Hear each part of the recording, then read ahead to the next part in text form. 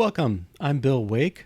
We're here working on an old BASIC program from early 1980s, and we've done a lot of refactoring on it. We're about to convert it from a polling-based system where it kind of runs as quick as it can and gets a keystroke when it's ready, to a scheduled system where we drive it from really from an actual event, a timer event that says we're going to retrieve events at this pace. And we're close to done. I think we'll finish this project up today. All right, so let's take a quick review. So kind of where we are, the starting code is on the left. It does some initialization while basically the game's not over. Read the keyboard once to get the first action, do the action, read the keyboard again to get the second action, do the action, move the ball, and then repeat, and then at the end do some cleanup code, which is actually print the score. We've modified that, and I even would say refactored. I think we've been pretty clear on each step. It's a transformation process. It's not stuff built into the IDE by any stretch, but it's a pretty I call it mid-sized. It's a mid-sized refactoring. And right now we have something, we have some sort of dispatch. You do the first action, then you set the state to take it to the next action, and then you move the ball and you're done. But it's all driven through kind of one main piece rather than the two parts here, or three parts on the left. Okay, let's go to the IDE. Okay, I did run tests before we started, and let's just take a look at our code. I'm going to hit this main loop here. Okay, so the heart of what we have now is this loop. While the game's not over, figure out what the current action is, which can be either move left, move right, do nothing, or jitter the ball, make it move a little bit randomly. We're tracking, should we move the ball? Because if you recall the code on the left side, we pull, move. So we only want to move on the second time through, okay? And so should move ball tracks that. Then we're checking here, is the ball past the screen end? So kind of like, is the game over?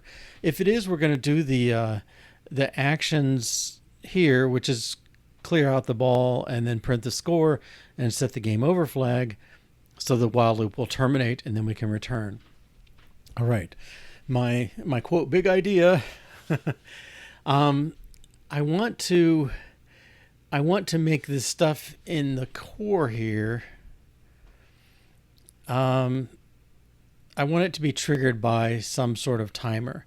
Now there is a change here. We've mostly, I'll run it once, but notice the delay is commented out. So when you run, everything's moving at a pretty good clip. I don't know the exact speed of the old games, but it's certainly moving at a clip that I don't make very many moves before I lose. All right, so, and the way this works is there's an imitation screen that works like the old BASIC screen. It memory maps each cell, and we display those. I feel like there's some performance there that we could work on. All right. I should get a go here somewhere.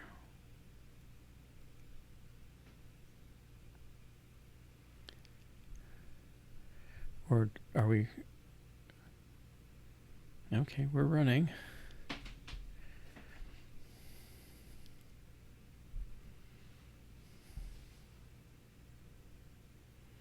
It's a little slow to start, but it's not this slow. Now the odd thing is it did start and run its tests okay a minute ago. I'm gonna have to find out what's going on here. Well, I guess we're up in the view, probably.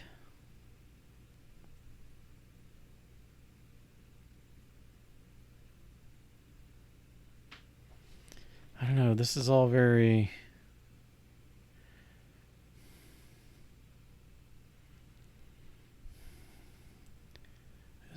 Oh, there it is. Okay, I guess just slow startup. All right, we go. It's running. All right, it's going to draw the screen. Put in the blocks, put in the ball, put in the paddle.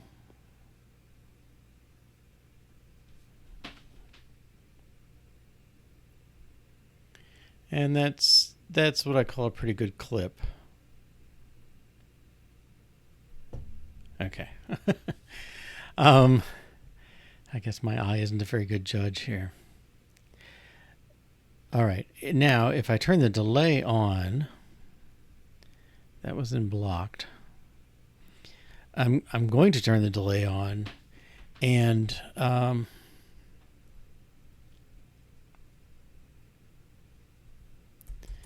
the delay is based on the score. The score is the number of blocks remaining.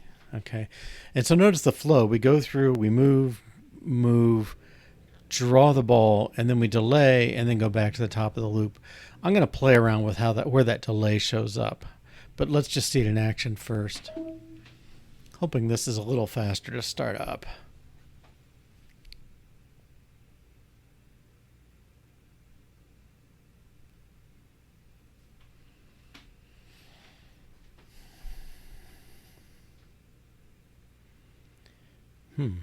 That whole thing just seems slow. I don't think I'm running anything that should slow the system down so much. All right, we're launching.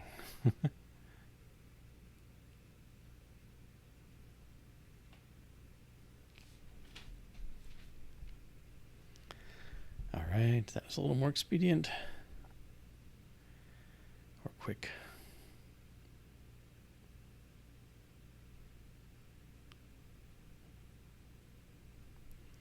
Yeah, now that's a much more leisurely pace.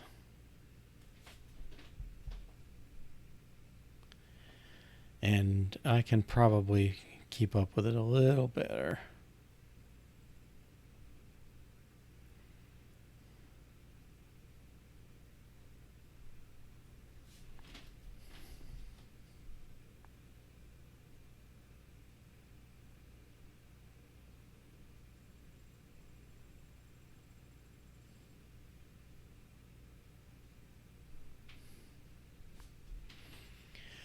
Now, I don't know if you can tell, it is getting a slight bit faster as it knocks those blocks out.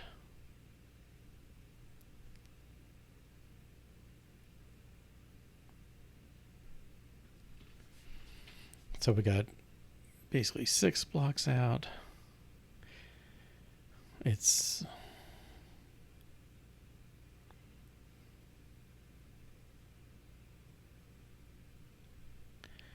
now I often don't get past this. All right.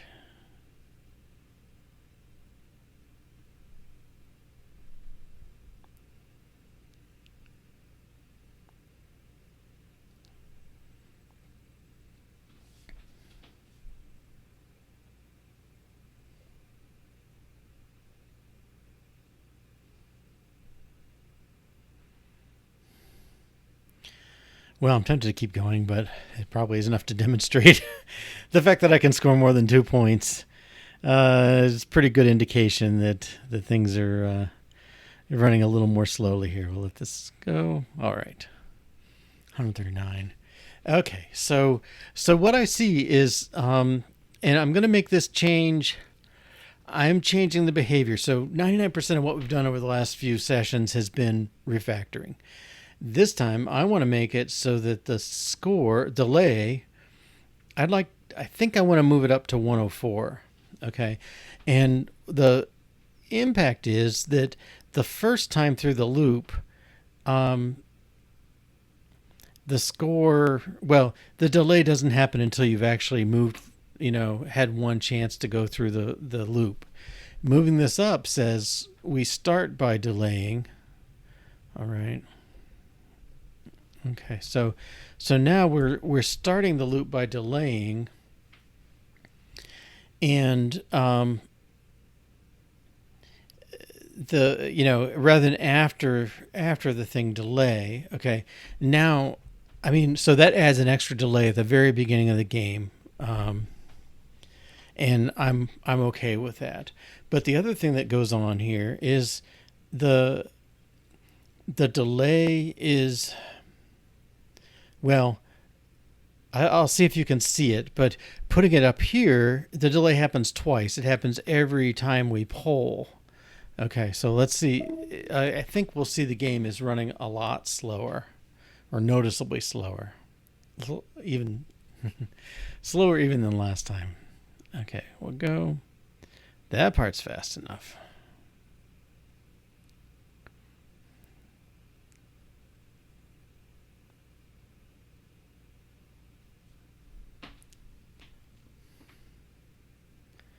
Okay, and that definitely looks slower to me.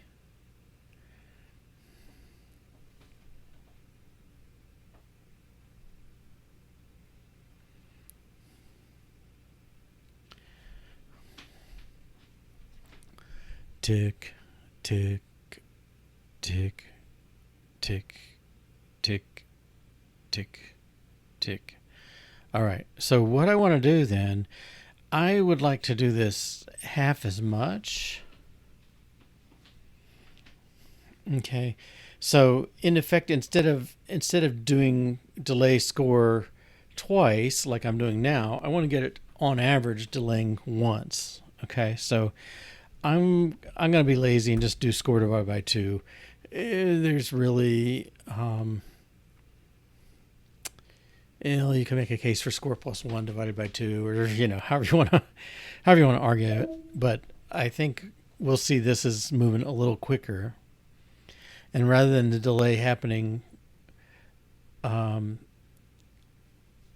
between each polling event, it still happens between each polling event. I guess that's something. All right, go.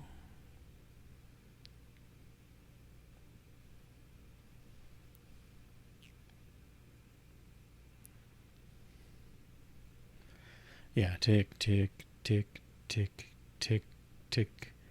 That was definitely faster than my last one.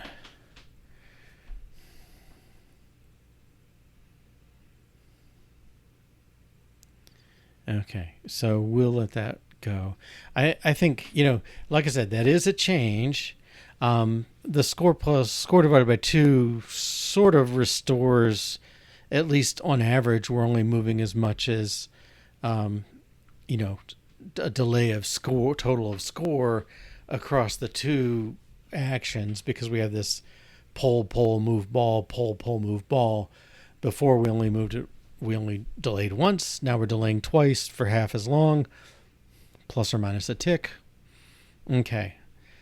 Let me run tests. Now our pin down tests, they look more at the screen. They don't consider the timing, so I don't anticipate a problem with them. And my goal at this point, I want like 106 through 117. I want them to be driven. Well, I basically want that timer to drive when they get activated. Okay. And I don't know what you do. I forget. There's a way to run a timer and tell it to run things in the main loop. And we will do that.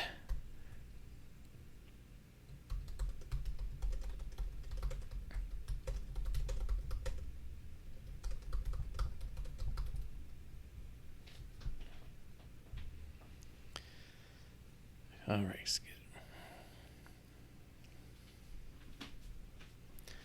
Now, I think the research of that is probably the right next thing. So, run code after a delay in Swift. I think I've done it before. I don't think I've done it in this application. Well, we have a delay. Let's check out our library. Basically, delay is an environment function. All right, where's delay?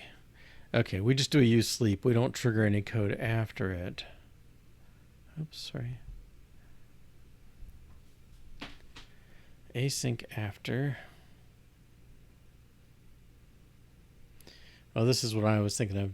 Dispatch queue main async after.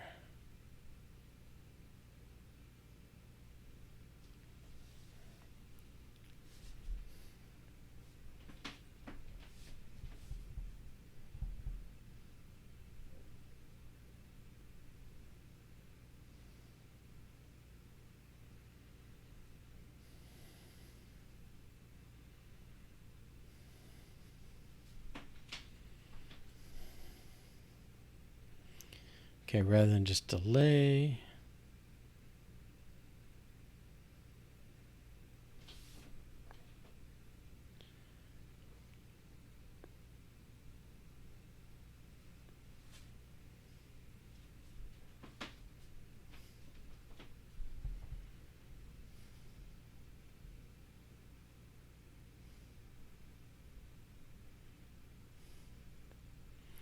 Okay, I picked the one that didn't talk about async after.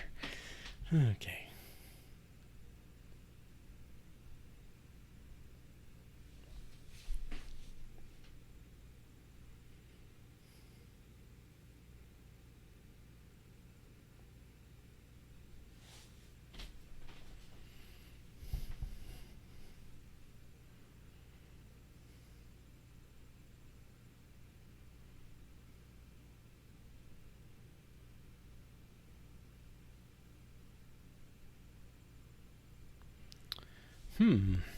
Okay, so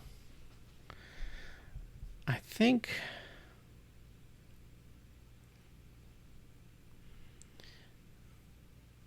well, async after. Let's find this thing.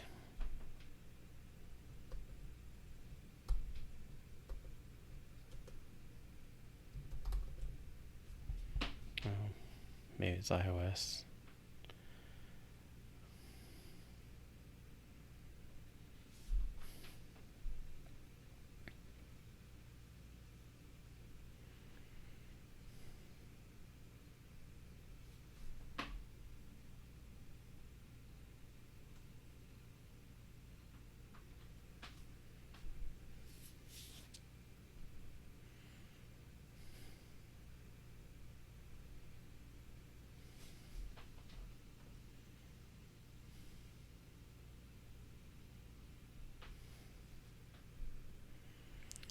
Well, I don't know. This is half a second. Okay, so I guess that's a decimal in seconds is the thing. Okay, so I think what I want to do.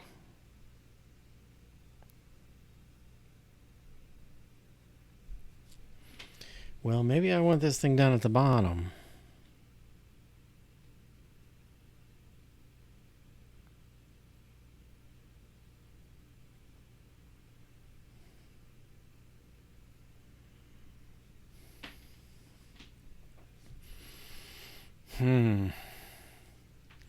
I don't know. This is kind of the big tipping point of the whole exercise here. This could be better off down here. Like somebody's got to reschedule it. Okay, so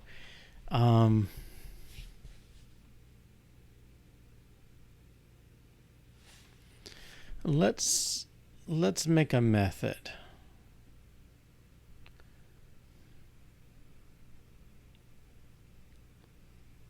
Oh, come on.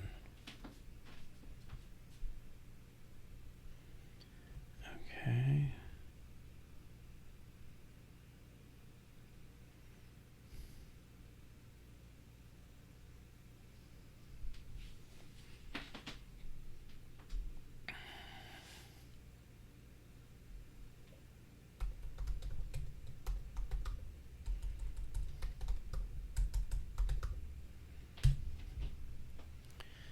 Okay, so what I think my first move is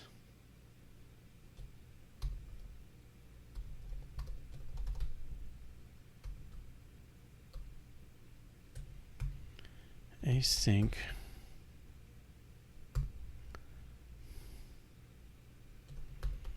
after. It kind of stinks I gotta compute now. Deadline now plus let's start this thing after 1 second.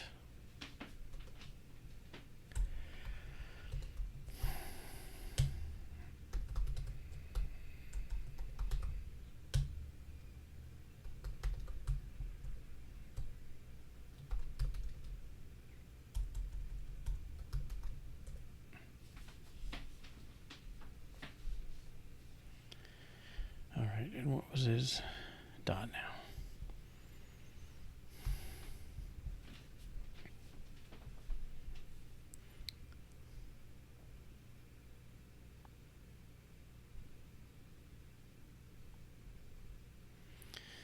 Okay.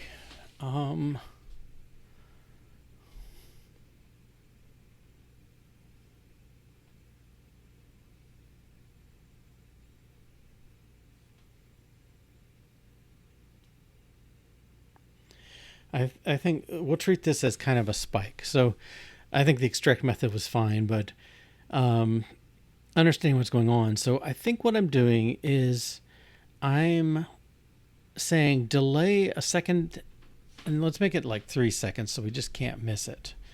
Delay 3 seconds after they said start the game.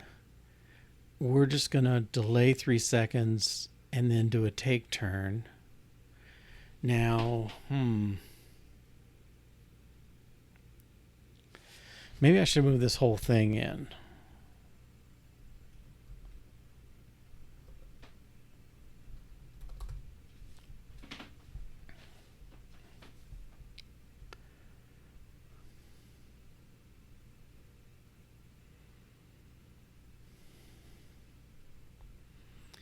I don't know.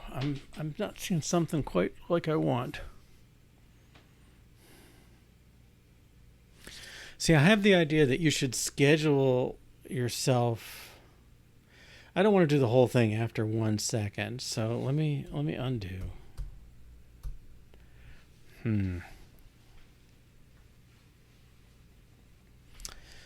So I'm taking a turn.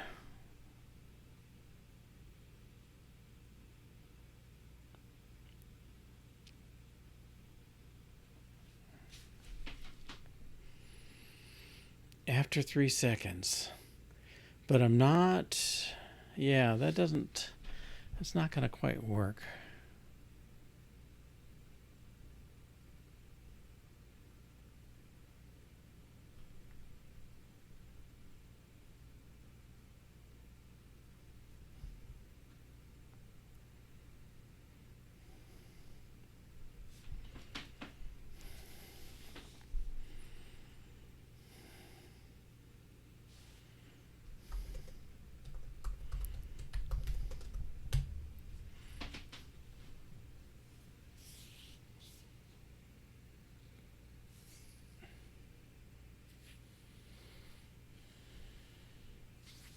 See, I'm trying to schedule the next run at the end of each one. Okay, so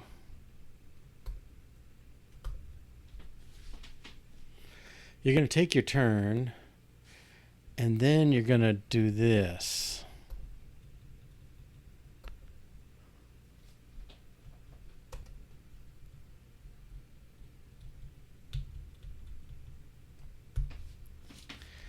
How's this looking?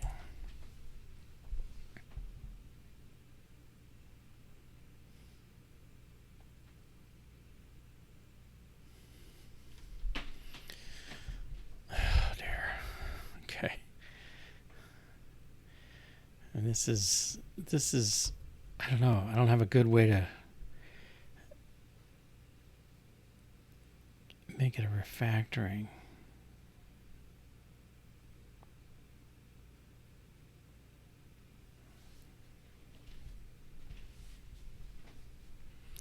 All right, I think I'm trying to get rid of the while loop completely. So I'm going to say take your turn.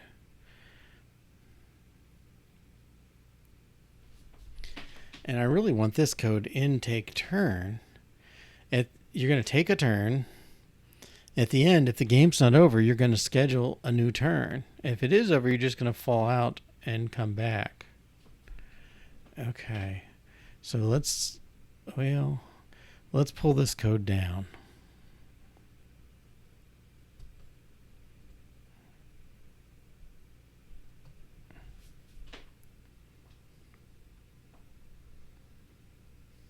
Cannot find env in scope.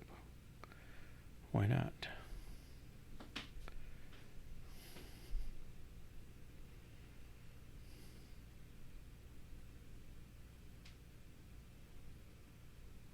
All right, let me undo.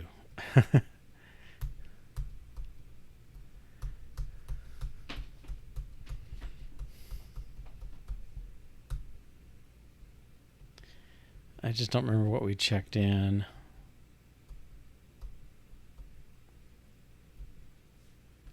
All right, I think that should get us back. There's no asyncs. We got the method back.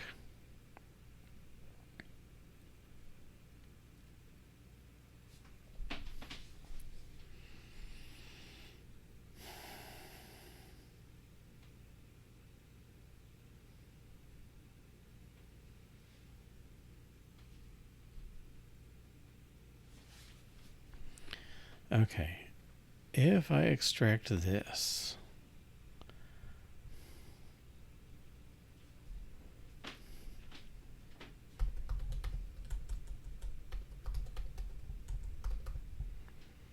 take a turn. Okay. Now, why is this?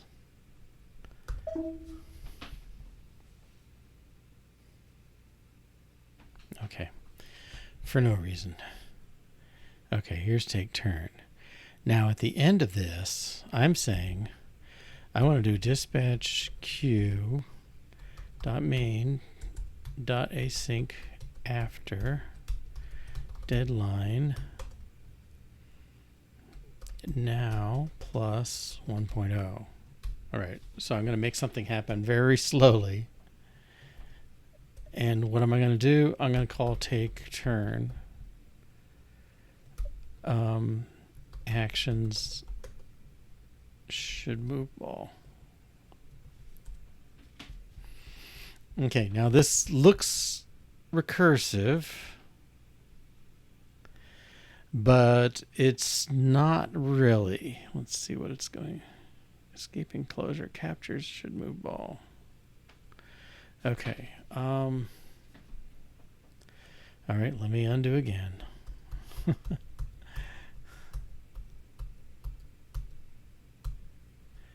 All right. Let's compare. Have I? Okay, nothing different. Only difference is I've selected something. Okay. Should move ball. Let's make that field level. I don't want to pass it by reference.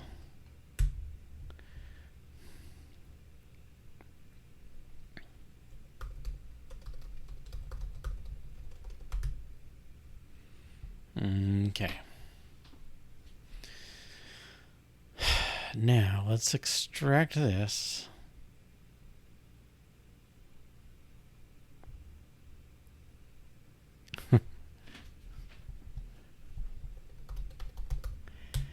Okay, that's pure refactoring till now.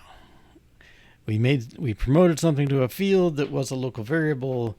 We use it in such a way that it's always being set every time through the loop. Okay, so we don't have to worry about it resetting because it gets reset before it gets in here or up here before it gets in that method. All right, let's lock this in at least.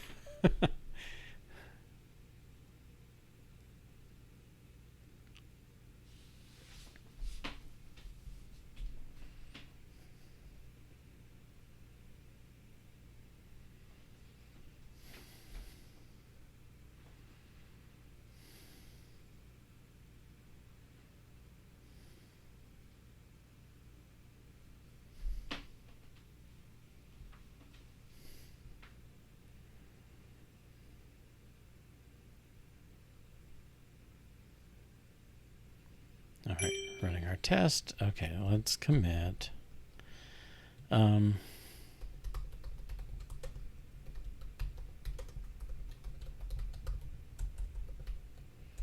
Should move ball to field level.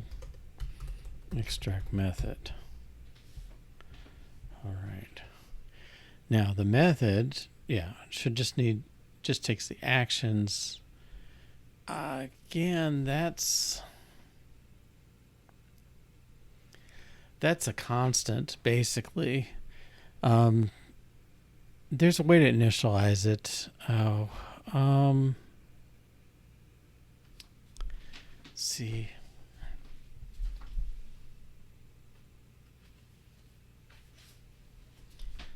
I know I have a Swift cheat sheet here somewhere.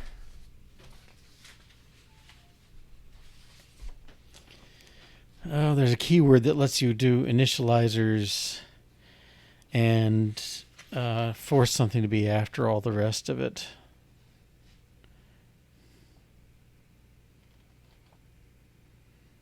I don't think it's after.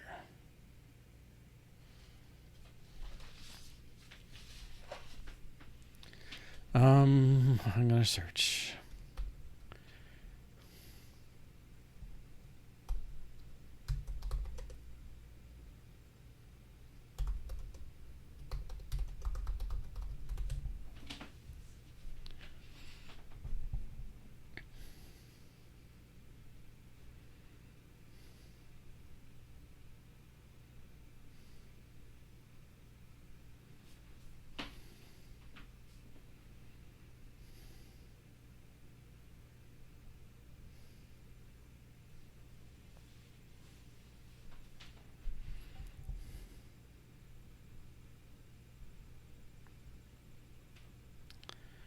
I know there's something.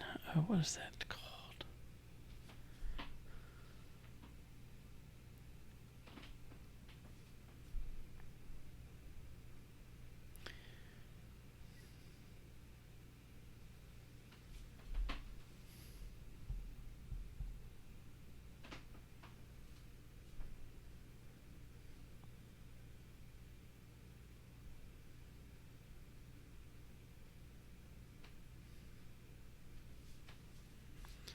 Is it finalize?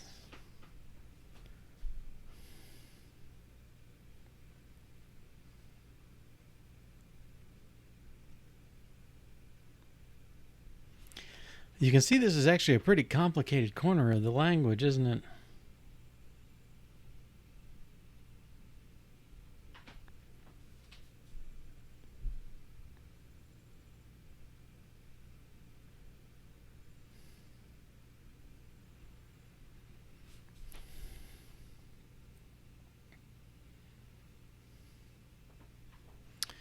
Oh, there's a trick, isn't there?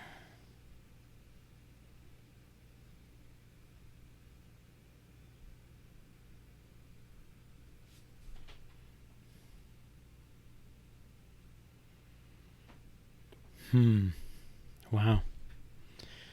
I don't think I've ever used this one. So you can have a whole loop to initialize things. Oh, there's... I don't think I'm confusing my languages.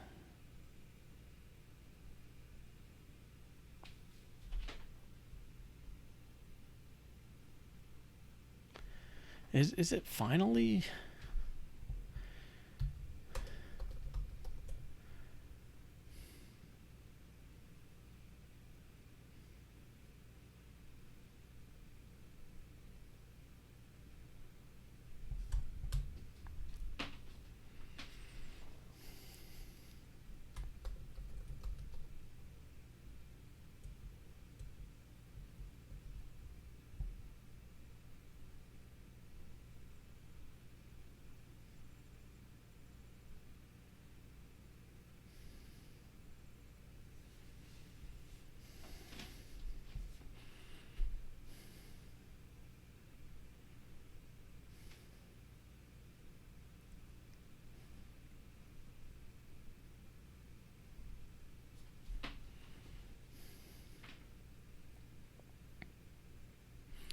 Let me try it.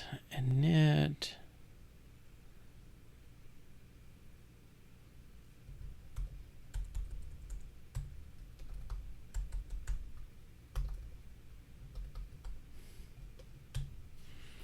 Is that complaining?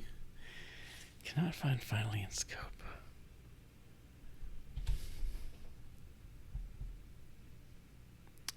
All right, I'm going to open an old project. I could swear I did that one once. In sort tables.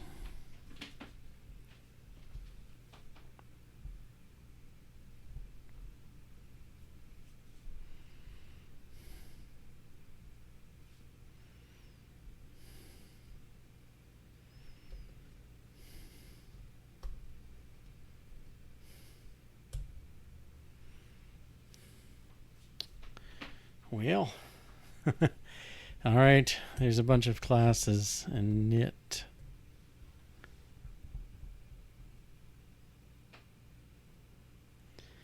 I don't think it's that one.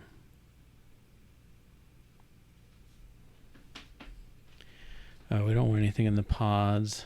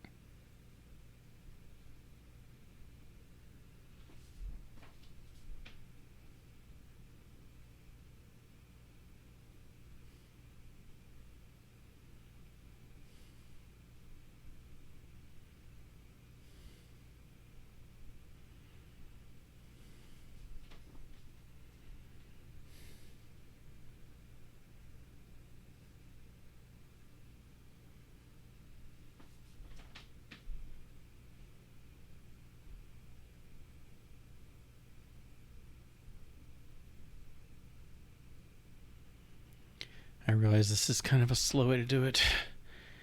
I don't know a faster one.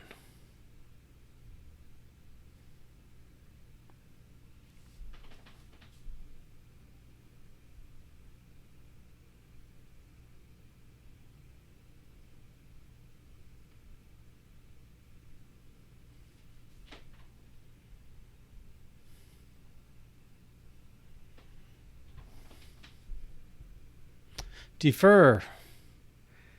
Goodness. Okay. Let's do a defer. All right. And what I want to do is I'm trying to get these actions out. Well, so I should undo. I think I can just do it and then pull it back up. Okay, so let's take this from here.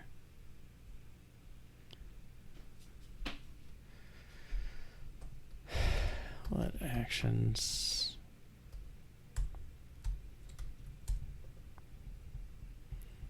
Okay, so if I do that, and then in here,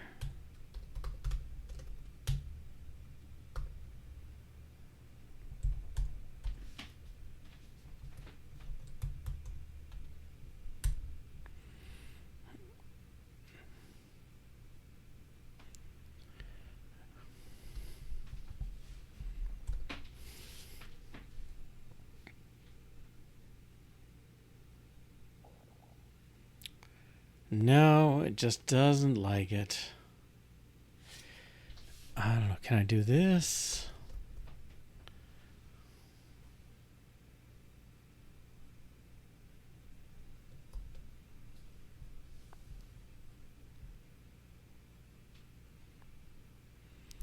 Okay, well, we now have the actions as a global, and let's remove this initialization. So now we're using the global one, and we're still passing it, but let's make sure everything works.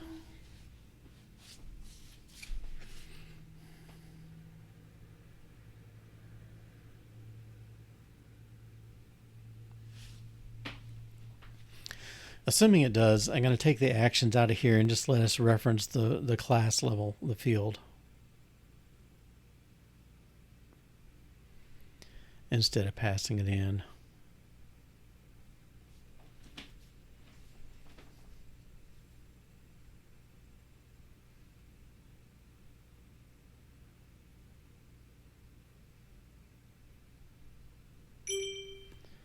Okay, so we'll take this out. Take it out down here. And make sure everything's still good.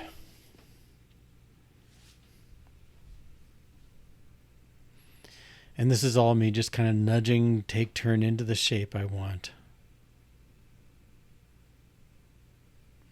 It would have been better to take care of this action thing beforehand, but we didn't.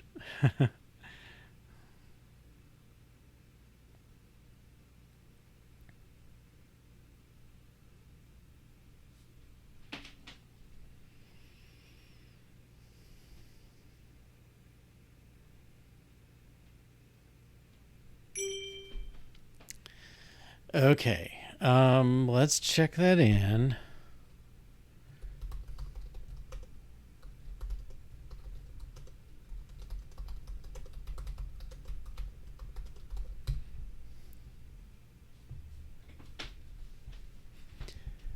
We usually take a break along about now, so let's take 2 or 3 minutes. We'll come back, and I think we're ready to plug in that async and see how it goes. All right, see you shortly. Okay, welcome back. All right, as I do this, what I see, okay, we've got, well, not game over, take a turn. All right, and then game over is basically this. Okay.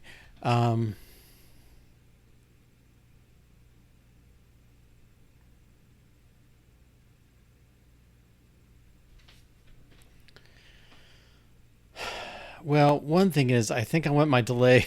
I probably seem very fickle. Okay, so how is this different than we started today? Well, before we had env delay score in here, only being executed every other turn because this boolean flips back and forth. Now we're delaying the score divided by 2 every time through the loop. Okay, so that's okay. What do we want happening? Well, this is where I think we're going to do our async.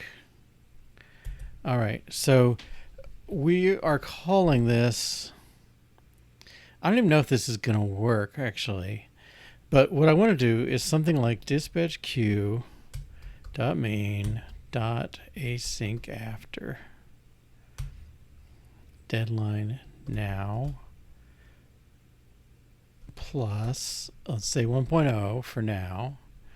This is a final closure, so we can just do it like this.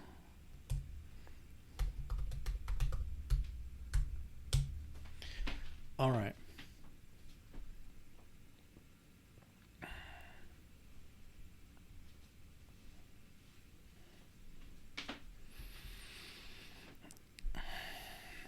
So we take a turn, and then we're going to schedule the turn again.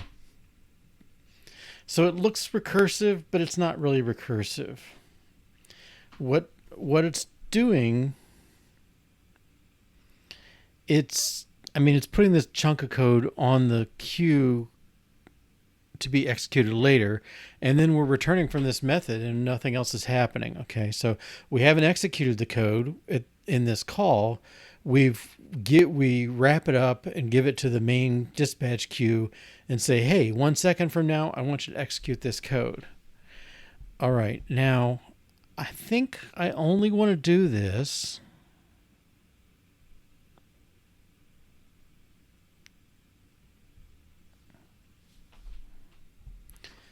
well, okay. I don't think I want my loop anymore.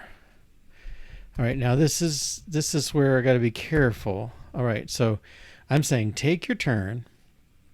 At the end of the turn, schedule the next thing.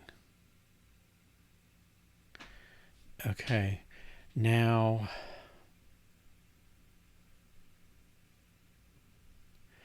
and I guess what I'm saying is if this is representing my loop, I only want to do this if the game is not over.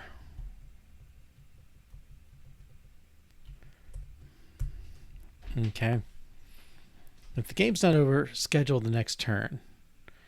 All right, so this is a bit of an experiment, and 1.0 is not going to be the right number, but it'll get us started. All right, so let's run. I mean, if this seems weird, I think it is. Wow, that started up so much quicker than the first time. All right, but now I think I'm going to have a second between moves. Unless it just blows up because it's off its thing.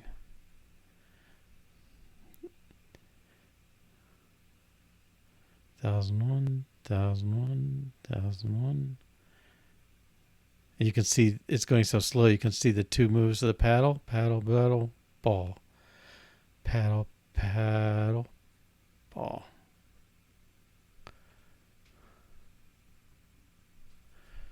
Okay.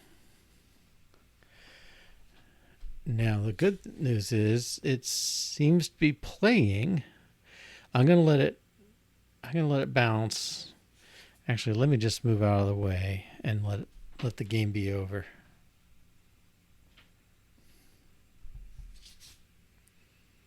And see if game over works. Okay.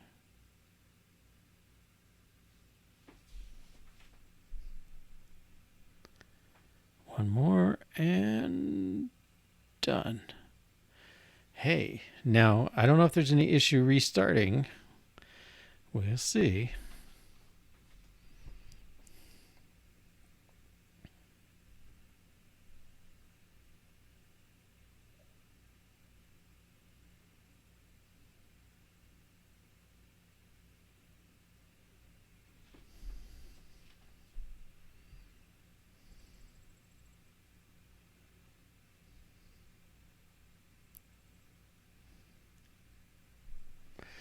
Yeah, I mean, I gotta say, it seems like a weird way to do it, but I think in a way,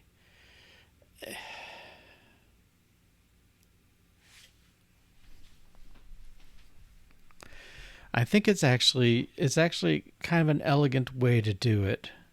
We're saying you don't have to do anything. I mean, basically, we're saying that the timing is what's driving this thing. It's, I mean, it's kind of a physical simulation of a very restricted world, but the timing of when you can move is all driven by the way the world's set up. Okay, so I think we're good. All right. I gotta say, it looks kind of weird.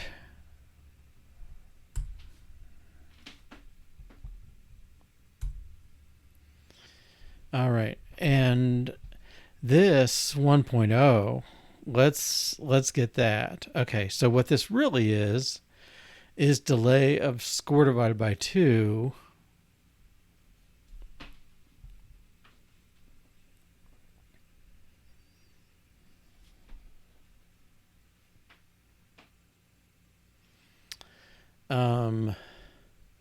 Well, okay, score divided by 2, and then what does that do in the environment?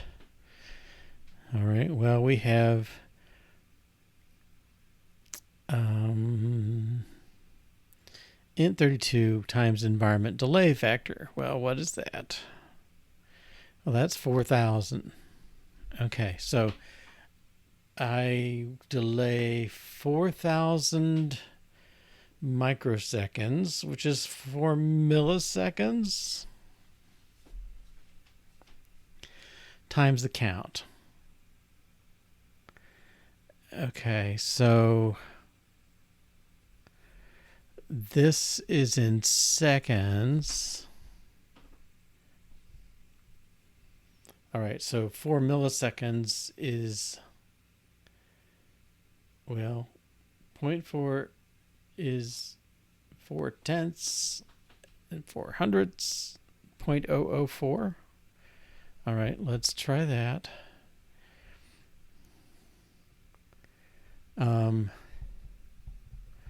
Let's say let delay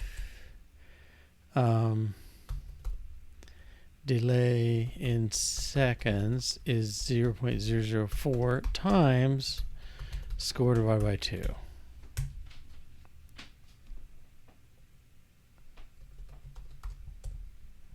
Okay. So you might fault my calculations. Times cannot be applied to.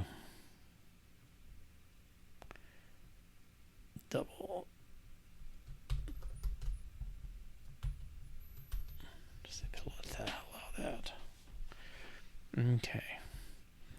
Well, that's actually a little better for us anyway, isn't it? Okay, because score divided by 2, if it was 1, we would have gotten 0, and this way we get 1. I'm sorry, we get 0.5. All right, so this is 4 milliseconds. That'd be 4 hundredths of a second, 4 tenths of a second, 4 seconds. All right, so 0.004 times the score distance. Let's give it a run and see how it feels.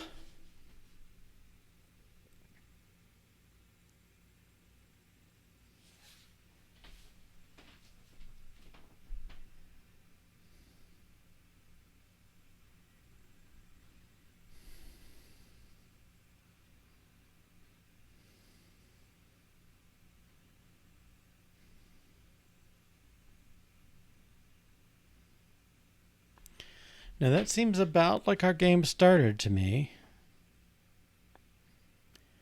It might be a little slow.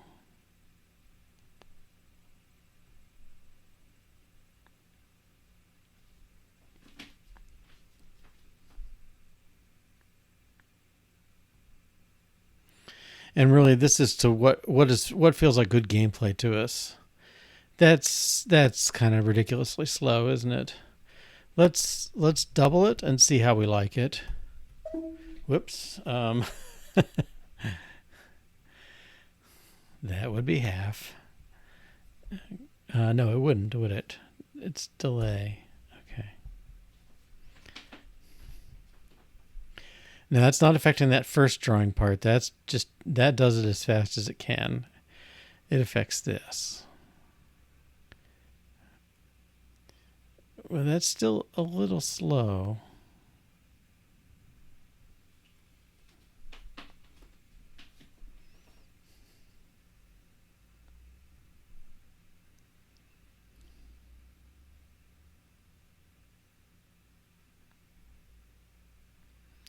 Tick, tick, tick. Yeah, that's still too slow. Let's go a little faster.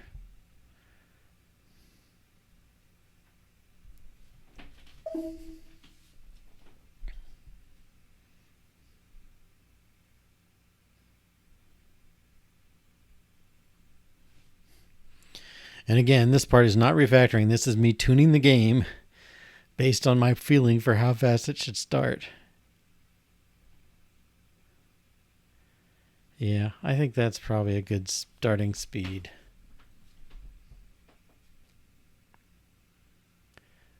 I don't know. Let's change the number dramatically and make sure it's okay. All right, so I'm going to make it 1. This. Make sure my delay is actually affecting things. I don't see how it wouldn't be.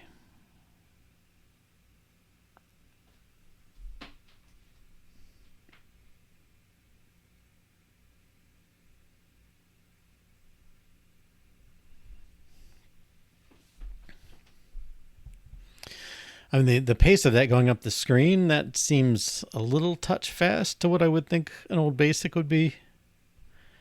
But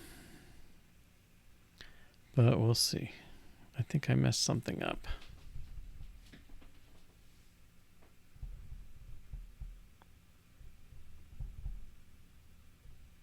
Let's try that again. Oh, it's a 1 second delay, dude. You're going to have to wait.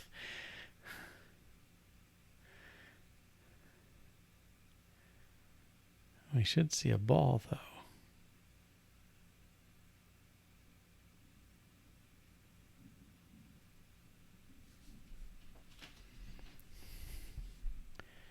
No, that's really odd.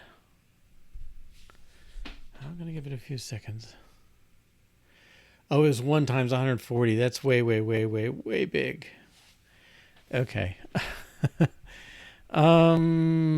That's too much to do it. Let's say 0.14.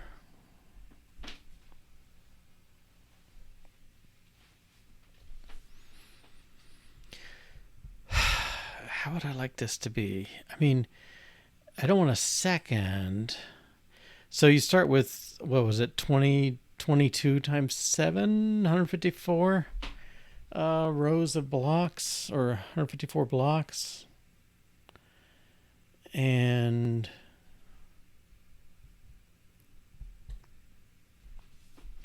so 0.154 is like 6 or 7 per second.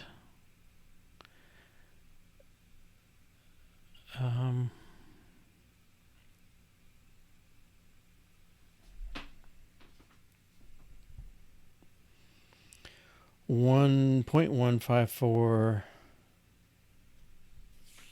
Let's see, what would that be like? Okay, one time. Right now it's 1 times 154. Let's see, what can I do? 0.154.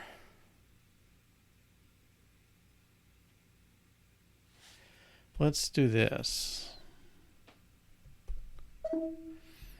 I just want to make sure my number is affecting things. So this should speed it up quite a bit.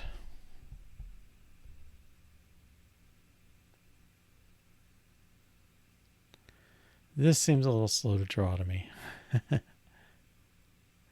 I expect it to be more like tick, tick, tick, tick, tick.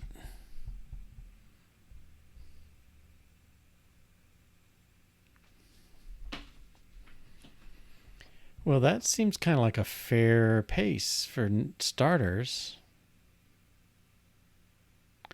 Definitely faster. All right. Let's go over here. Okay, so at this point, I'm going to move this down just because I like to have things read top down. I'm going to put it after this drawing stuff. Before move ball. Okay. All right. So we got a bunch of setup.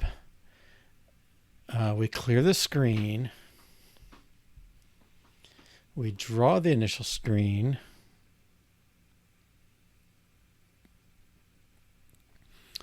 Set should move ball and take a turn.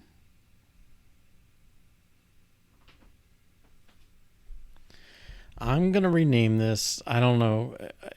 When you put two things in, it sort of means you're doing two things. Take and schedule turn.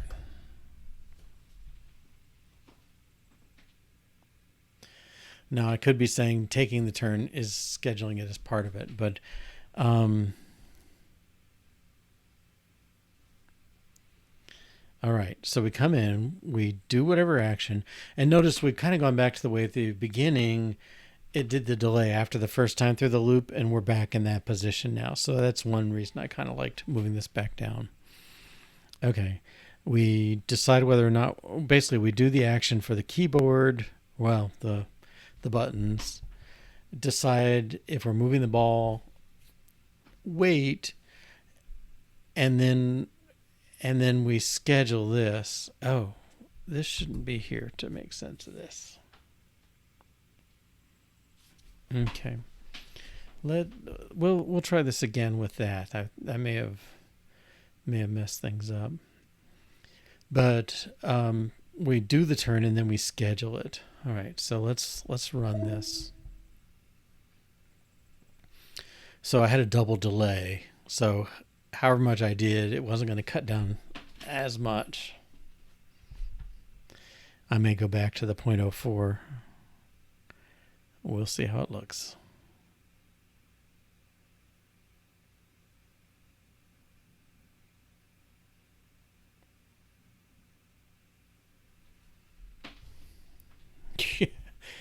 Yeah, that's quite a bit faster. Let's go back to 0.004.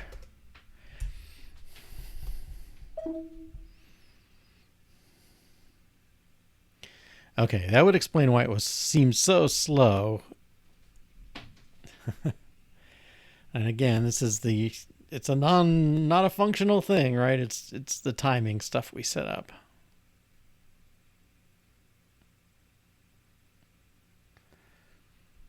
And I'm trying for the original timing. Okay, I'd say that's about it. The difference I see, um, it I can tell the difference in the paddle movements. Before, now it's steady between the movements. Before it was move move jerk, move move jerk, I guess I'd say, or something like that. It it it had a definite pause between the two. I like it being more symmetric like this. I think this is definitely an improvement.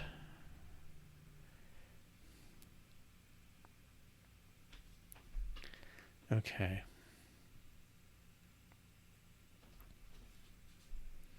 See how far I can get. I don't know.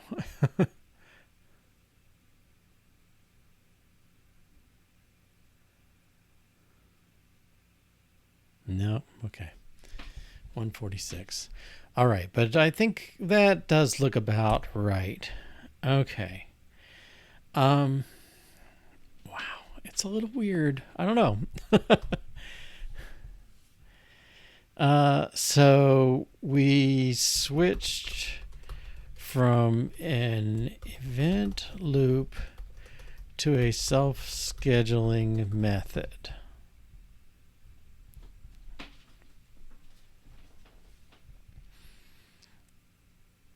All right.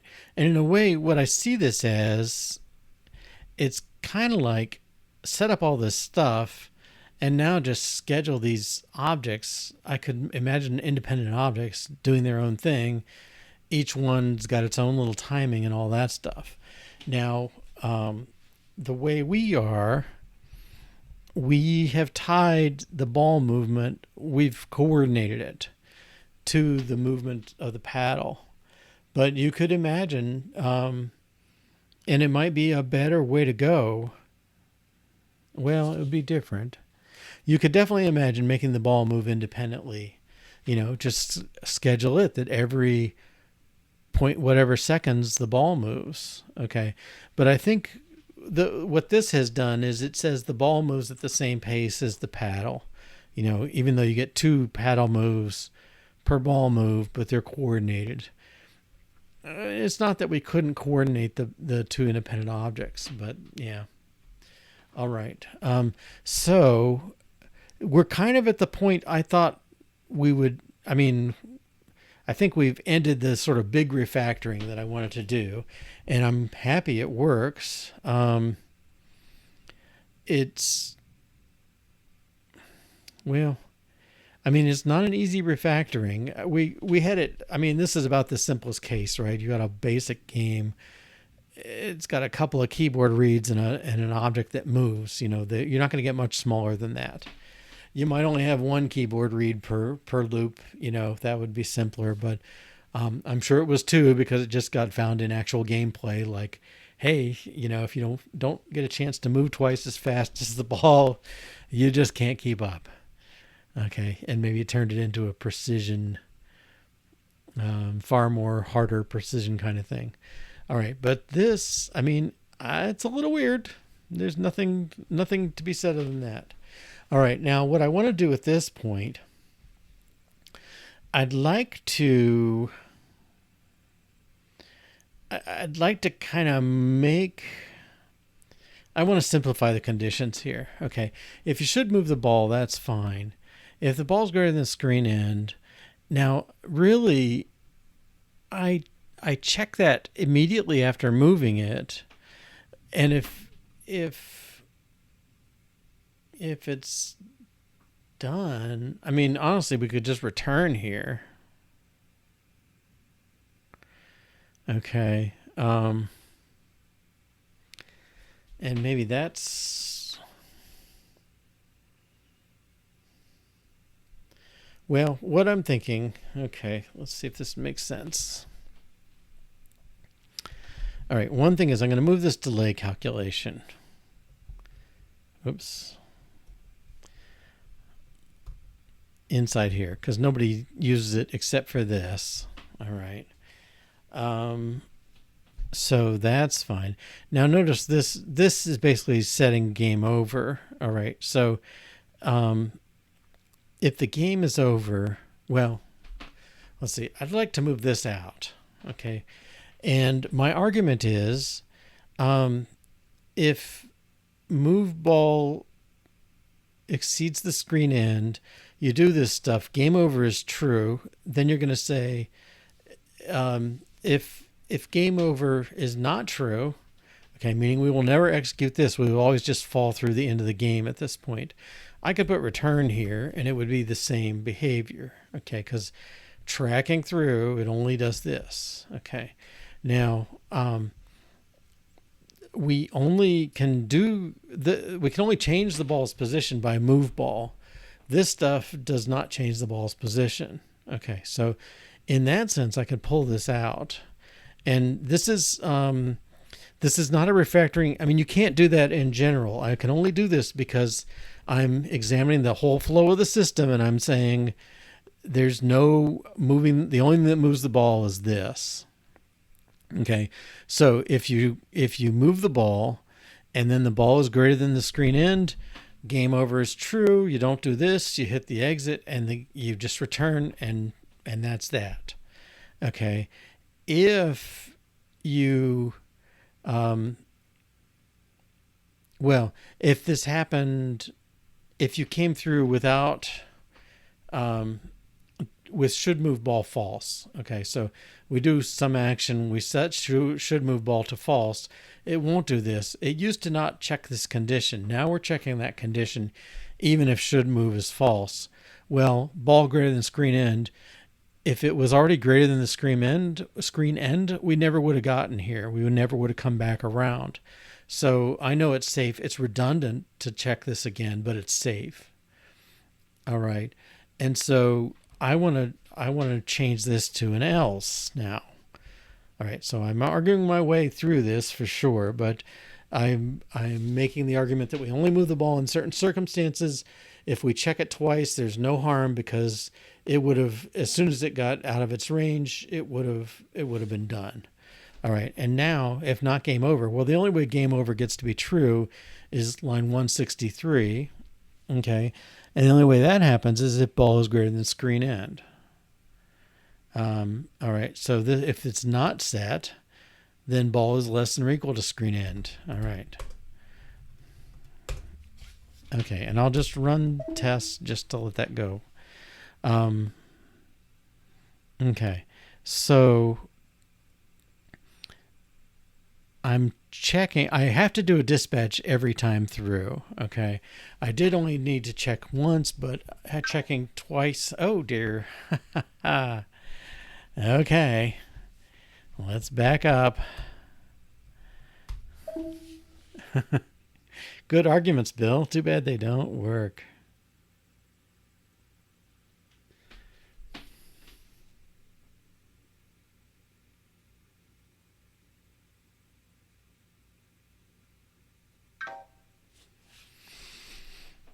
Okay, I'll do another one.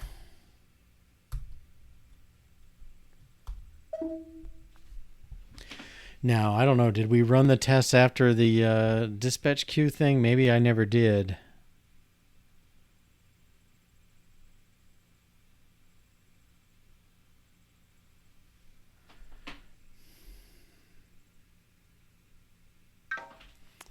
Oh, whoops. We're gonna do another undo. I talked about adding that.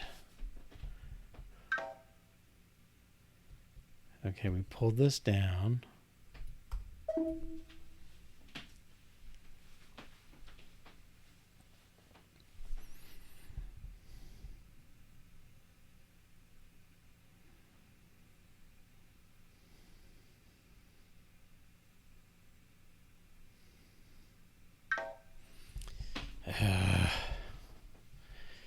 Okay. So all this stuff, let's see, what's going on? All right, let's do a run where we don't do anything.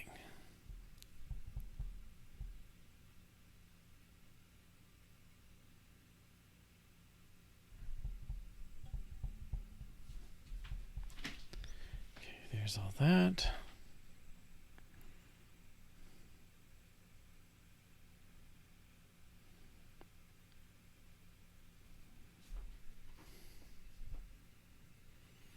Okay, and this is our first unit test, our first pin down test. It just runs this and lets it die.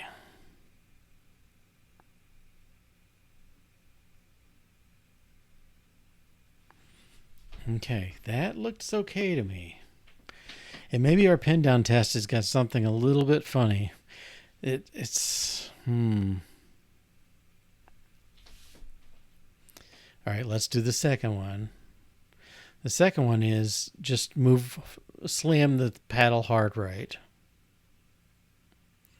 and let the ball die.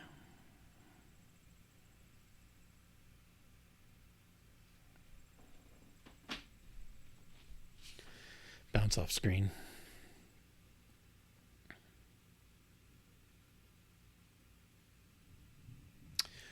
Oh, I think I know what's going on. All right. This may be tricky. Okay. I think we're getting the right behavior here. The problem is, I think we come through, we do this. Let's see, where'd the function go? Get to our main loop here. Okay. Where's blocked? Where's our main loop?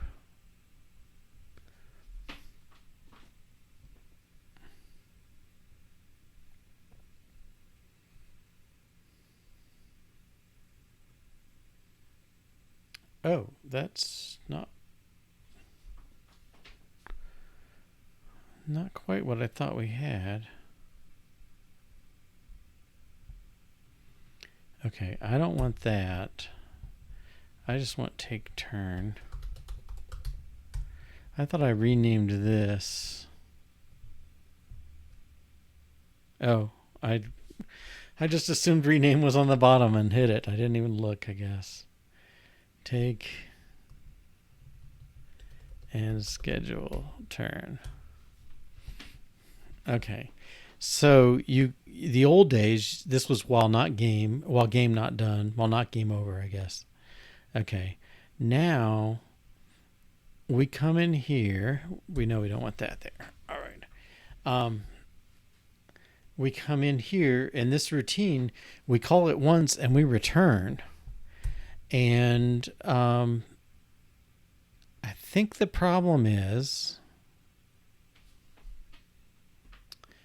right, so we call game.run.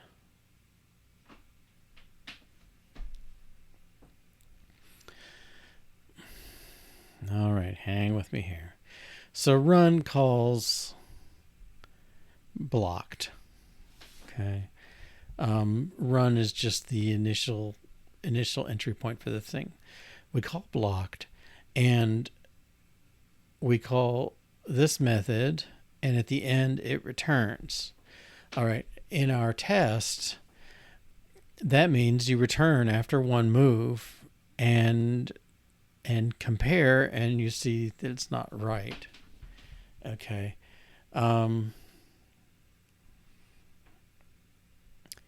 The difference is in the game. All right, let's go up here.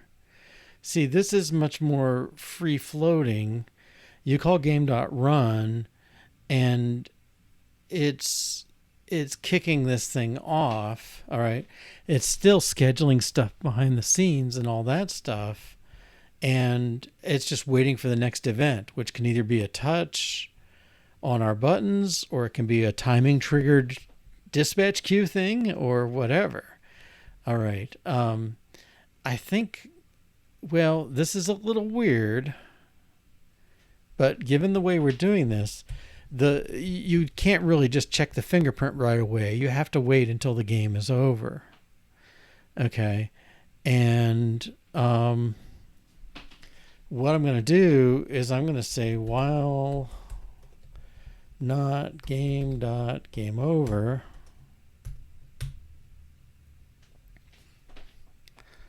Um,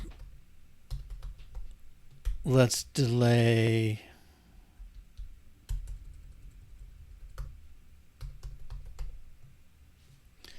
Well, let's do it more directly. Okay, we got environment somewhere here. Probably still up here. We can sleep. How long in microseconds?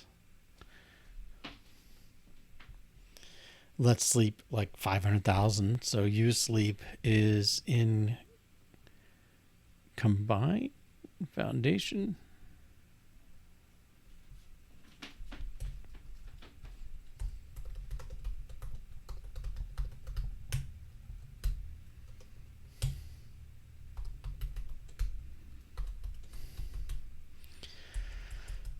Let's go to quarter second. That's probably more accurate. Okay.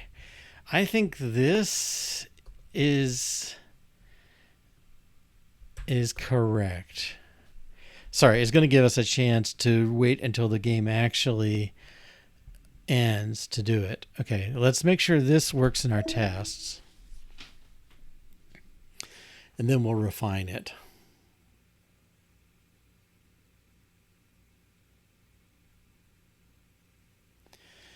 The thing I'm worried about is if game over doesn't happen in some reasonable number of seconds, this will just loop forever. So we don't want that. But I think we can make a method that helps with that. So I'll make a game over method, add in a counter, and only let it sleep,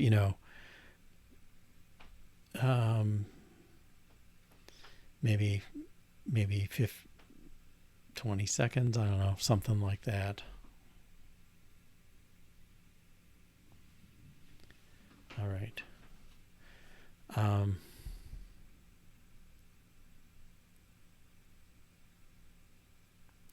Tell you what, it's time for another break. We'll let this run while we're on break.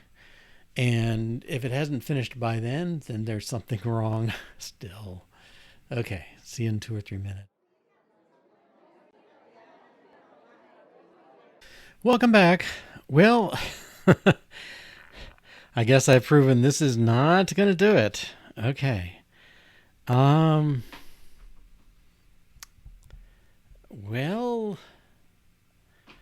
I'm wondering, I don't know. I'm still wondering if I'm just blocking something off. So use sleep is putting the system to sleep for a certain time. I don't know which, we got to worry about which thread is being delayed. And if we're blocking the main thread by sleeping in it.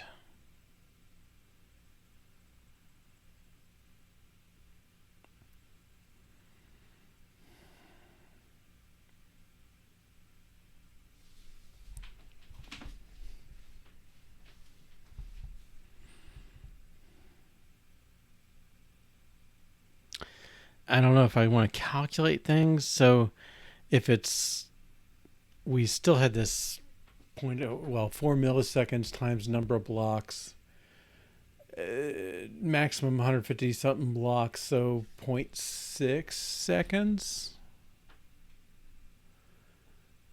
4 times 150 is 600, so 0.6 seconds.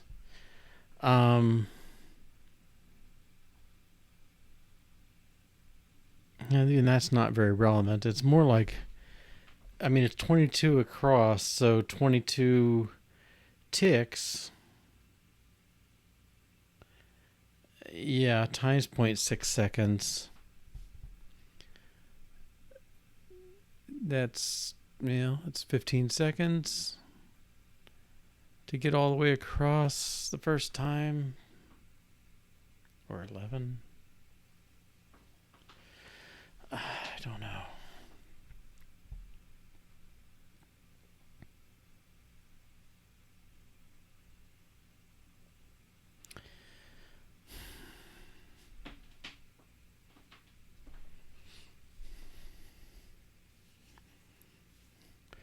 All right, let's try a different theory. Let's try dispatch queue.main.async after.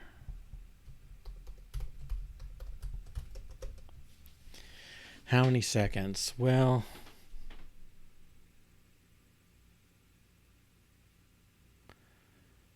I'm going to say 20 just to be safe.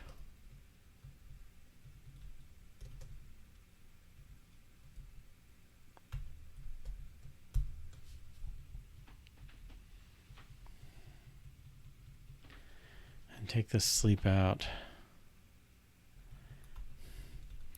So what I'm trying to do is free up the main queue so the game can keep running. Because I think we've perhaps blocked it.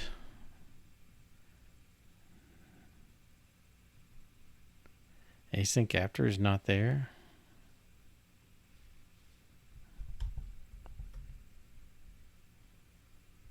Oh.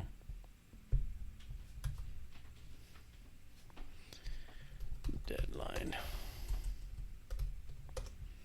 Okay, so I'm doing this in the main queue after it's had 20 seconds. Let's check it. We gotta stop first. All right, I've only fixed quote fixed. I still don't know if it's gonna work. This one.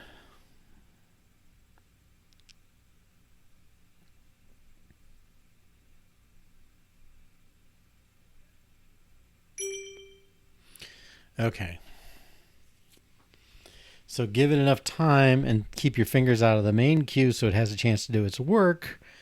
And it can do it. All right, so let's try this up here.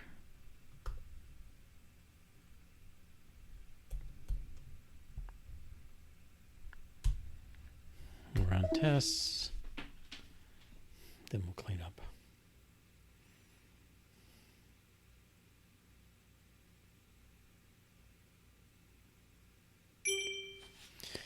And then I think I want to do an extra assert.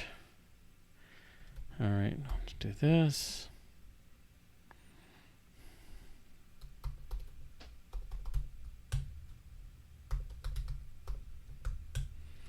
Game should be over. The fingerprint should be this.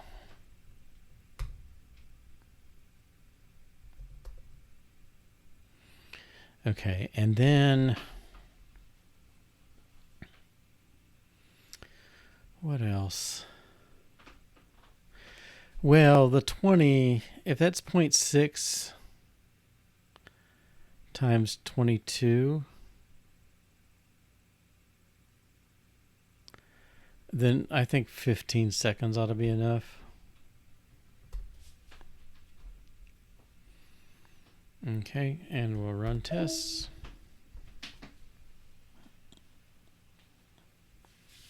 Okay, so we're asserting you've had time to get the game over and that the fingerprint hasn't changed.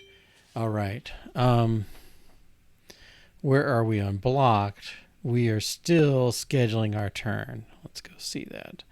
Yeah. All right. So let's commit this.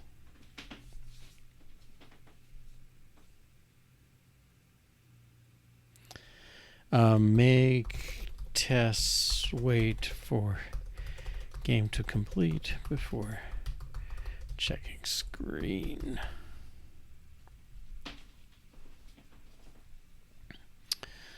Okay. And now let's go back and try and make those moves I was making before. Those well-reasoned, well-argued moves. Okay, so my assertion was, well, my first assertion is nobody does anything with this but that, so that should be fine. My second assertion was this should be able to come out. All right, and my third assertion was I should be able to just do an else here because game over is the opposite of that. Okay, because this is game over, this is not. All right, we'll run tests, make sure this move looks okay. Then we'll clean things up a little.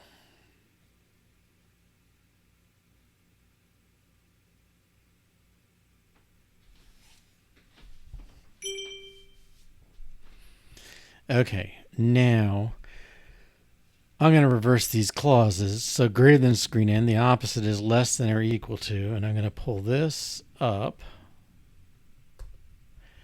and this down. Okay, and let's format. Okay, this can be one line. This can go to the next line. Okay, if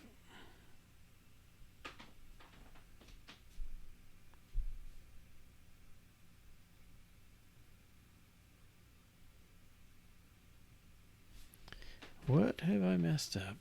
I left out a brace.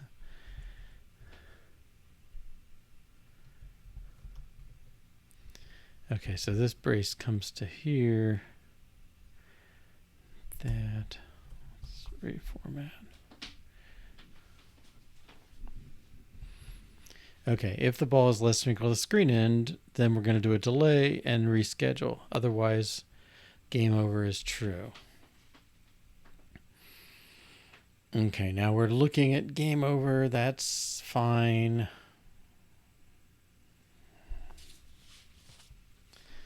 All right, so if you haven't passed the end of the visible screen, you keep going. All right. I don't know. This part's pretty good. This part's a little bit flakier looking, I guess.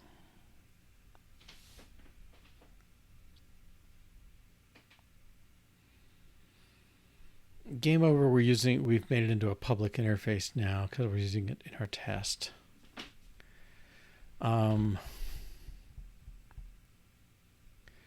But let's extract this into a method.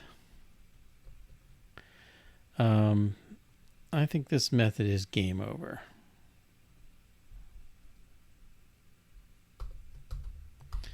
I'm going to spell it this way for a minute. All right, who's using this? Let's find all references to this. Blocked.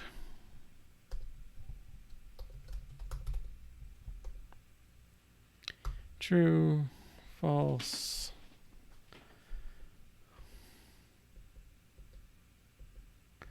Okay, that's the only references in here. All right. I don't think anybody needs this anymore.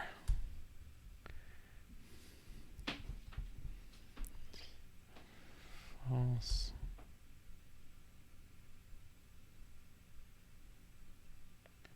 True. Because if they want to know, they can call this, and we're going to make our test do that as well.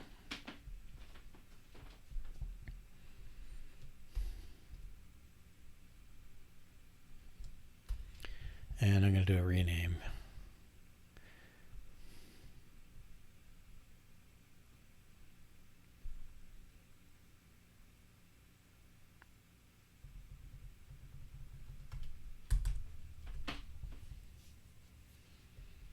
Okay. Finally, I'll pull this below.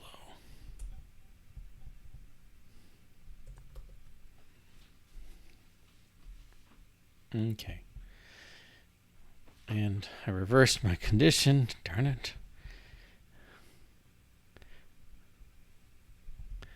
Game over is ball is greater than screen end. Back to that. If the ball is less than or equal to the screen end, it's not over. We keep going. Let's make sure. Run tests.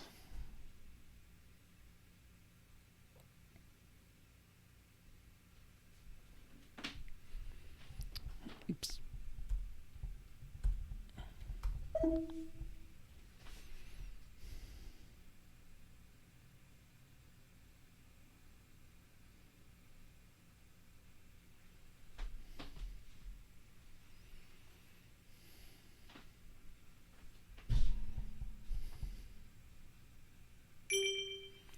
Okay.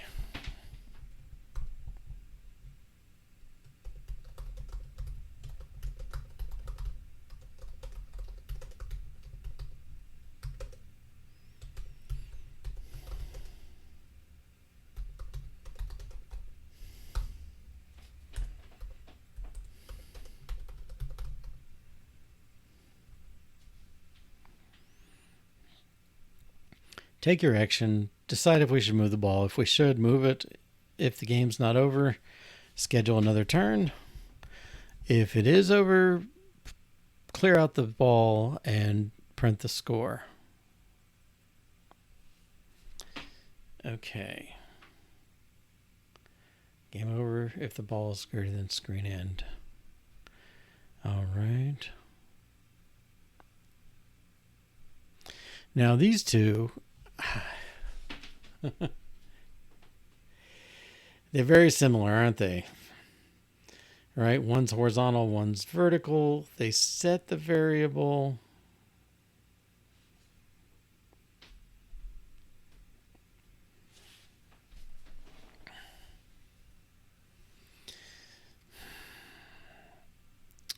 I think we could make it similar. Let's give that a try. Okay, so we got this and this. Everything else is the same. All right, so let's add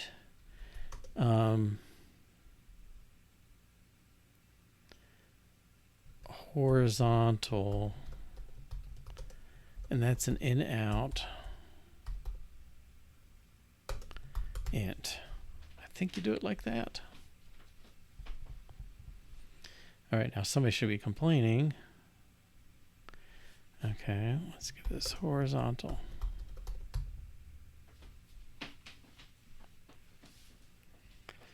Okay, so I believe that should take the value, and if it flips it, it does that. All right, and let's do the same for here.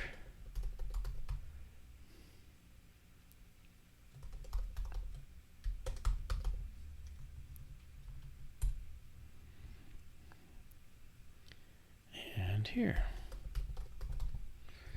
All right, we'll run tests.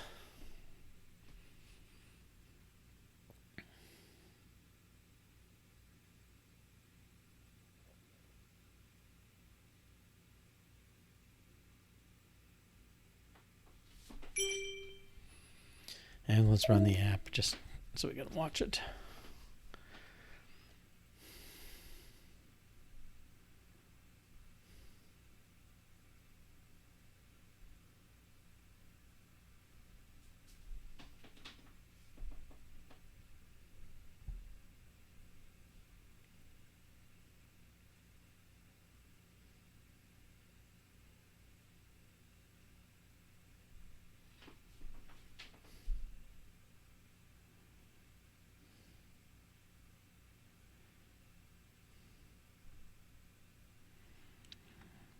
Yeah, that's looking good.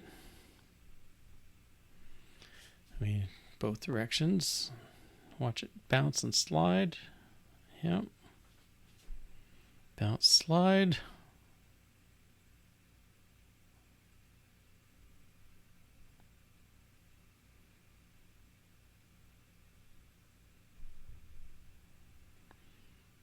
Bounce, slide. Okay. So it's horizontal and vertical. All right. Now, let's just rename this one move ball.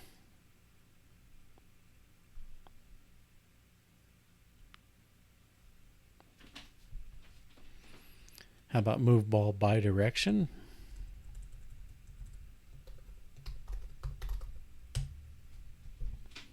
Okay. And then the claim is that's the same.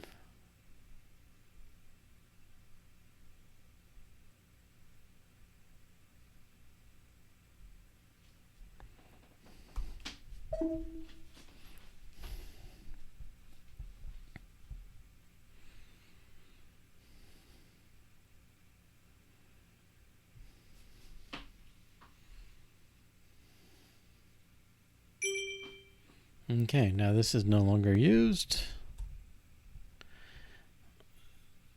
And let's change this.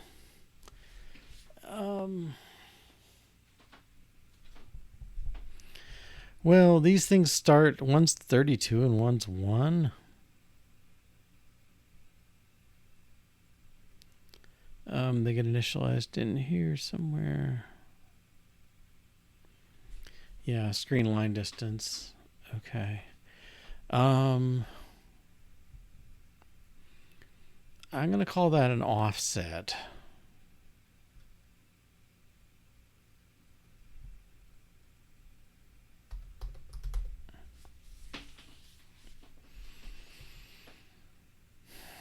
Okay, so your next position is ball plus offset. If it's a space, move the ball there. If it's not, we bounce whichever direction we're going.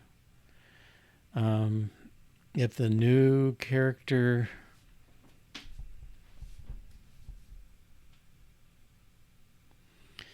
it could have been a wall or a block, but if it's a block, we want to poke a space there and decrement the score. Okay, so again, I'll just run tests, trying to be a little careful because I've messed up several times on this project.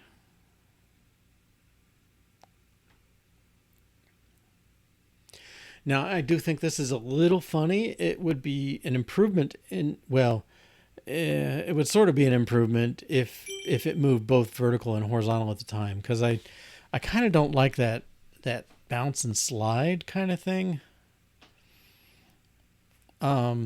But when it's up there knocking out blocks, the fact that it can move a little bit, it probably lets it hit more blocks at a time. Perhaps, I don't know. All right, but let's commit this.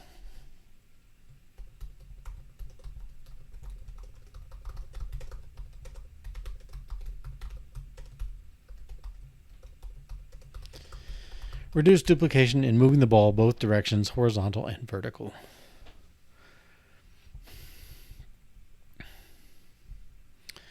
Okay, I think we're at a good point to just review what this project has been. All right, so let's go back to the very beginning. All right, our starting point was this. All right, this is, you can see, March 4th, 1982. So this is pushing 40 years old.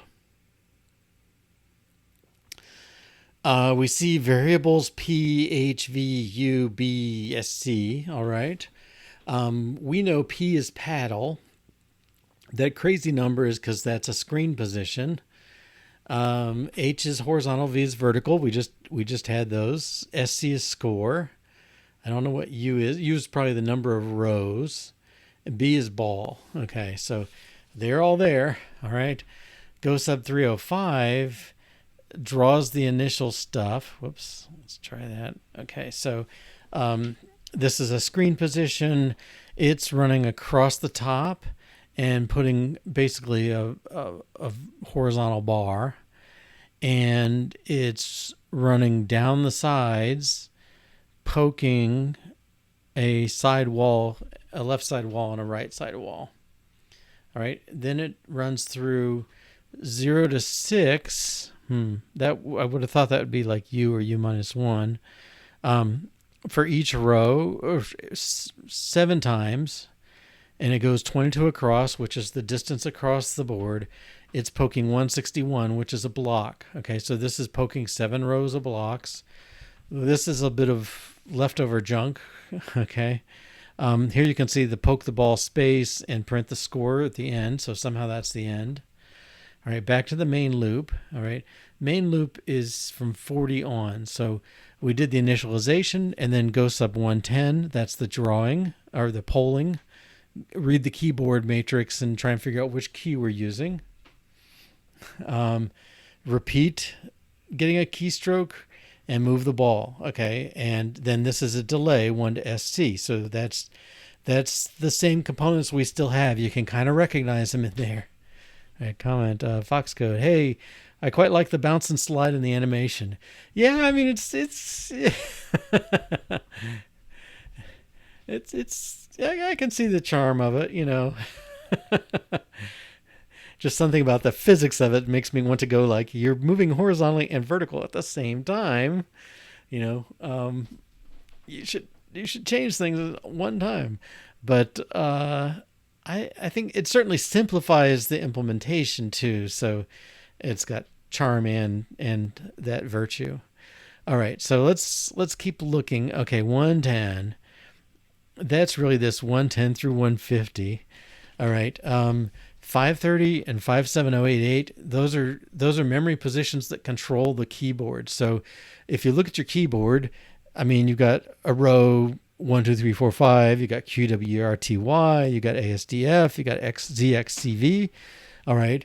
These old PCs, they wired the keyboard up as a matrix with well, usually a bunch of diodes or something to let them, one of those pokes, the 57088, turns on certain rows, and then the peak 57088 in line 110, the peak tries to read certain columns.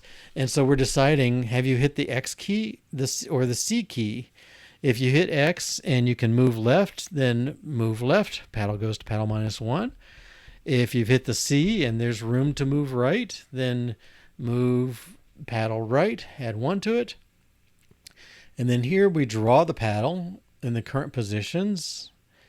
And then we check if you've hit the comma, then we're going to make the horizontal go random. And it can either be -1, 0, or +1. So you can actually, if you hit that thing randomly enough, you may get the ball going straight up and down vertically.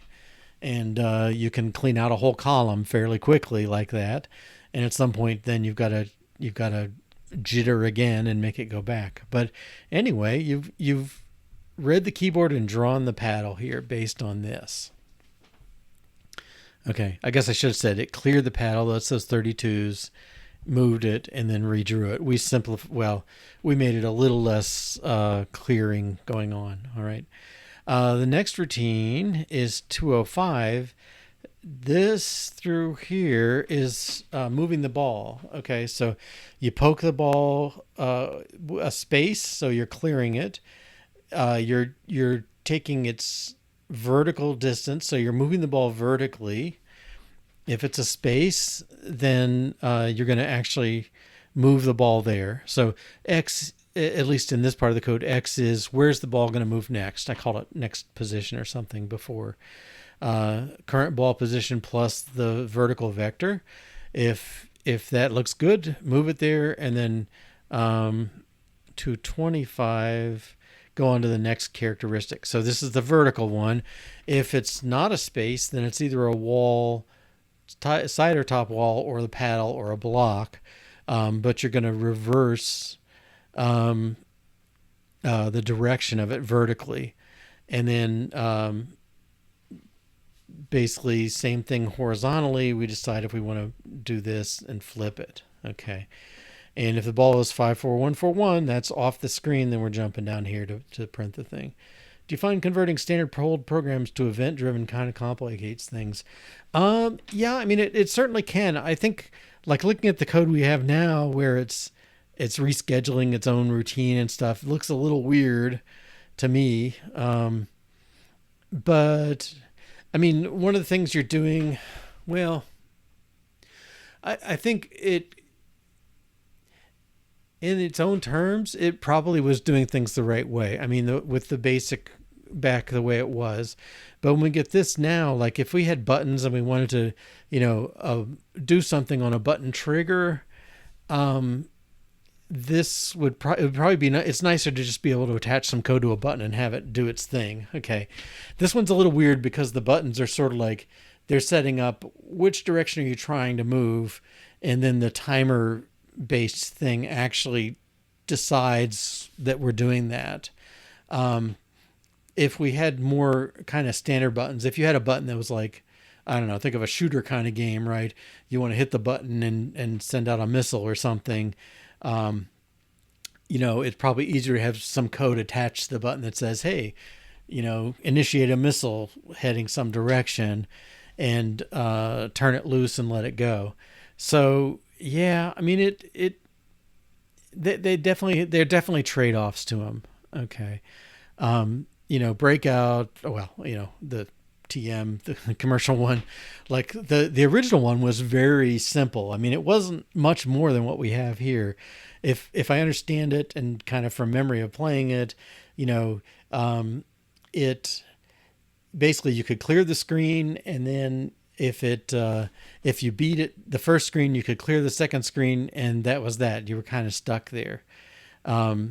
Nothing else. There were colors, but the colors were they put cellophane or something over the screen to make it look like the blocks were different colors instead of just all being black or white.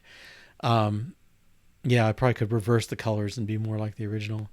But as you get new versions, like now, I don't know if you've seen these kind of newer ones, like they have different kinds of blocks, and if you hit a certain kind, it might explode the stuff in the neighborhood, or another one might initiate a block that's going to drop down vertically and do stuff, and more complicated stuff going on.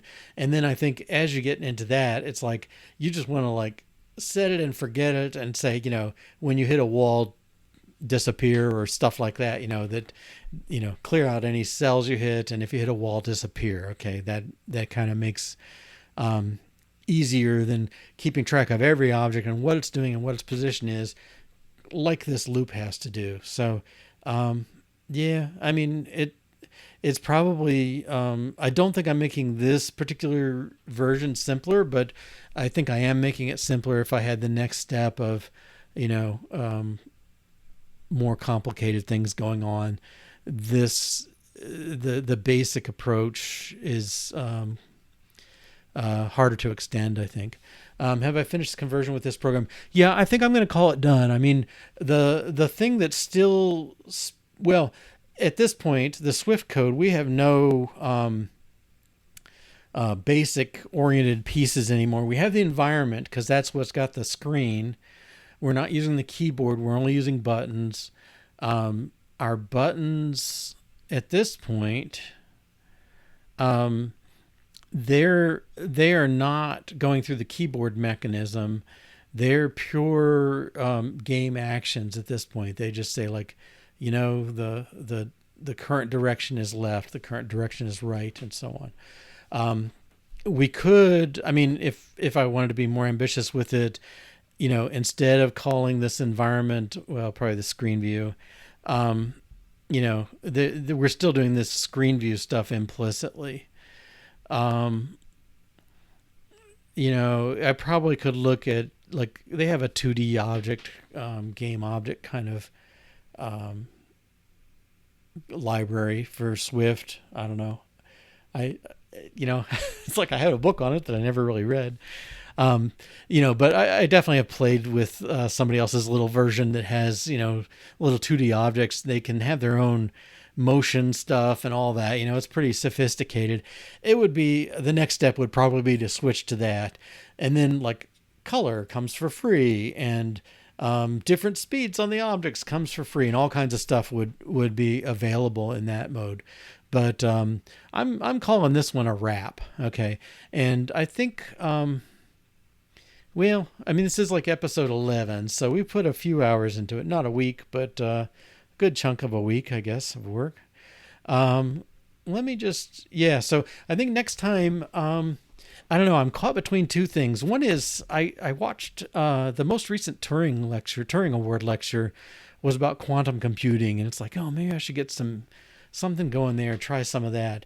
But I'm kind of afraid it would be turned into like, watch Bill read and sit there not understanding anything for a few minutes, and now let's go on to the next thing he doesn't understand. Maybe I'll get brave and try it. The other one I'm thinking of is I kind of want to try some Elm stuff. I've got a friend and I put together this game called Dungeons and Patterns years ago that it sort of helps you learn design patterns, and I think it would be nice to just kind of put that together as a screen, as an on the web app. It wouldn't be quite the same, but yeah, maybe I'll do that.